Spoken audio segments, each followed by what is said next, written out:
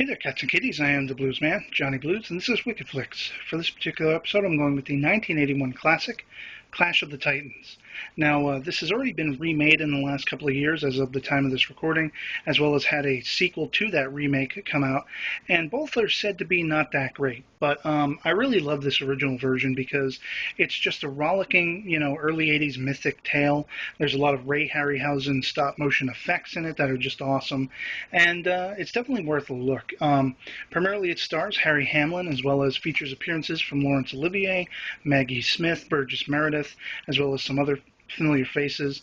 And what it boils down to is it's a mythic adventure, the story of Perseus.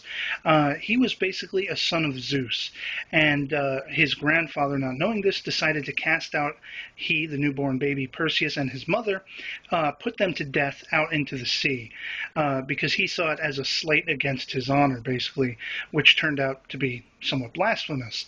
So this raises the ire of the god of gods, Zeus, and he wreaks havoc on, this grandfather's city of Argos, basically leveling it.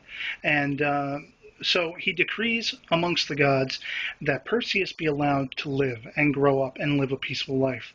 Well, as it turns out, the goddess of the oceans, Thetis, also has a son that Zeus, whereas he is overprotective of Perseus, he would rather see fit to condemn her son because he's just a bad human being.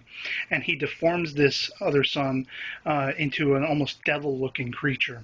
So, she's upset by that, and she decides to manipulate Perseus's life, brings him to the city of Joppa, where there is a princess who she is also manipulating the life of, because this princess was meant for her son, the princess Andromeda.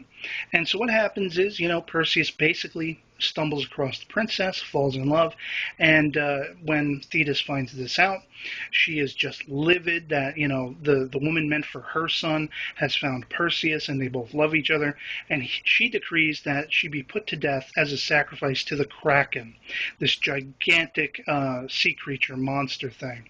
So it's then up to Perseus to go on a sort of, journey where he has to best Medusa in a fight to get her head and be able to use it to turn the Kraken to stone and stuff like that.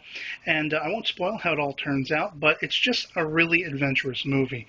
And what I love about it is it's not, just nonsense action from beginning to end, as most movies are these days. It's very methodical, especially the sequence when he goes up against Medusa is just really awesome, and reminded me of a lot of Metal Gear Solid game boss battles where you have to be really methodical and figure out a pattern, how you're going to beat the boss and so forth.